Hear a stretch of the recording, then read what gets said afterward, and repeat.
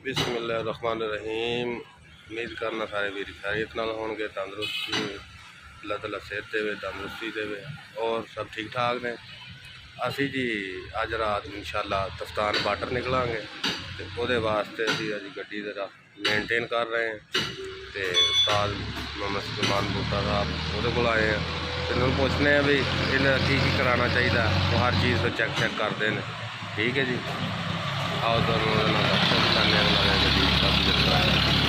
जी अपनी गड्डी है जी तफ्तान बार्डर जानी है। तो यह वेख लो जरा उस्ताद होना ने डिस्कां डुस्कां खोलियां हुई ने, जरा डिस्कां चेक की ने, सफाई सफाई की। ठीक है, मजीद उस्ताद उन्होंने होर पुछ लेने भी की करते हैं। अस्सलाम वालेकुम उस्ताद जी, की हाल चाल है जी? अच्छा सर जी, ये हुण की आप करना वा? थोड़ी देर लैदर ते डिस्कां एडजस्ट करनी है ना। अच्छा, तो जरा दस्यो भाई सफ़र वास्ते, लंबे सफ़र वास्ते जो जाइए तो केड़ी शै चेक करानी चाहिए गड्डी की? मसा जी मेन चीज़ा ने, मेन चीज़ टायर चारे खोल के चेक करवाओ। अच्छा, तो कोई पेंचर पुंचर ना हो। अच्छा, लैदर चेक करवाओ, एडजस्ट करवाओ। सही है। तो फ्रंट वाली डिस्कां सफाई करवाओ। हाँ, उन्होंने जो खत्म ने तो फिर चेंज करवाओ, ये लाजमी है। अच्छा अच्छा, ये जी आइटम तुहाडी टायर डिस्कां पिछले लैदर ने आ जी मेन चीज़ा ने। उस तो बाद थल्ले नट काबले उरले पुरले हैं। हाँ जी, मोबाइल चेक करना चाहिए। बिल्कुल।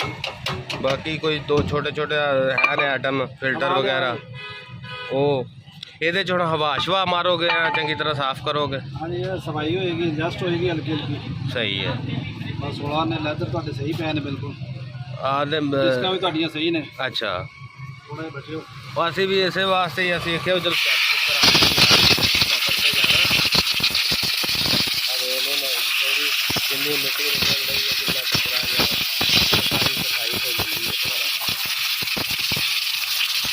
बाकी अल्लाह ताला शरीयत रखे, फाल्ट बन लगे तो हर नवी चीज़ में भी बन जाता है, लेकिन अपने लोग किसी खराब करा करो।